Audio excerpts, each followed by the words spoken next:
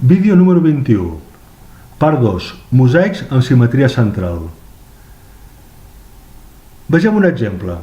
Anem a construir un triangle equilàter. Ho farem com sempre, activant l'eina polígon regular,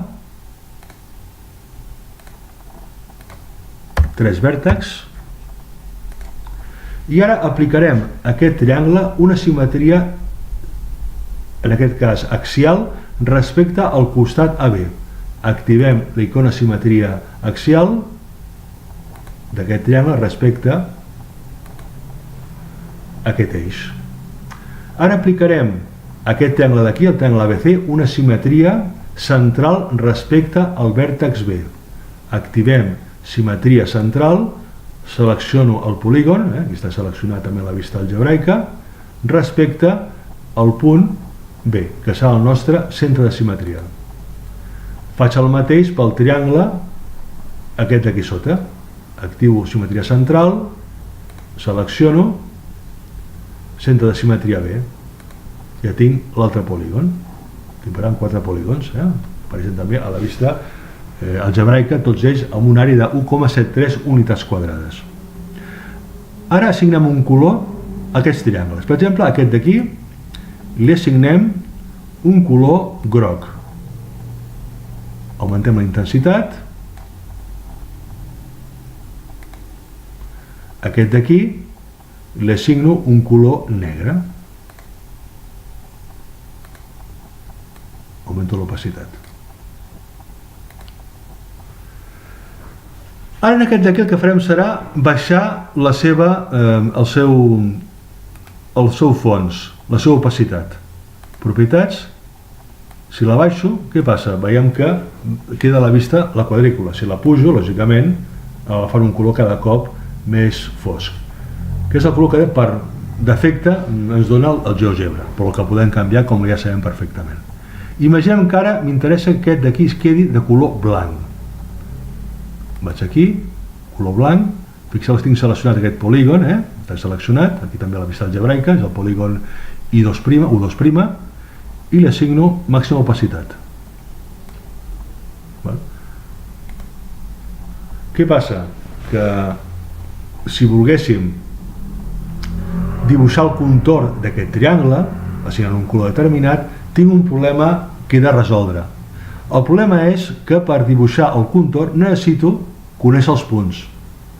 I bé, aquests punts d'aquí, ni aquest ni apareixen ni a la vista gràfica ni a la vista algebraica. Per tant, vol dir que no podem treballar amb punts que realment no existeixen. S'han de definir per poder treballar amb ells i poder construir segments i assignar-los colors determinats. Per tant, el que faré ara serà completar els punts que falten d'aquest dibuix d'aquí aplicant simetries. Comencem per aquest d'aquí. Aplicaré una simetria axial de C respecte al costat AB. Simetria axial C respecte a B. Tinc el punt C'. Per trobar aquest d'aquí apliquem una simetria central, aquest punt respecte al centre de simetria B. Activo simetria central. L'activo i tinc el punt C2'. I ara em queda aquest d'aquí. Aplico una simetria central d'A respecte al centre de simetria B.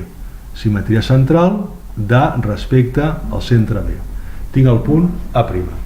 Ara ja puc traçar segments i puc variar les seves característiques. Activo la funció segment.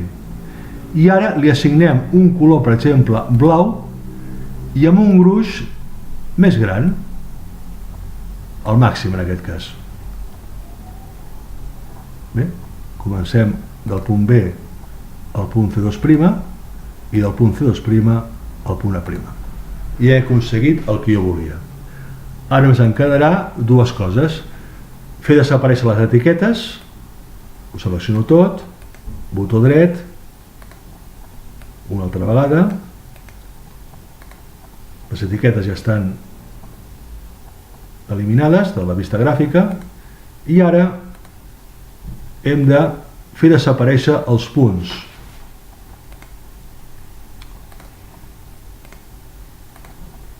Fem, per exemple, un per un a la vista gràfica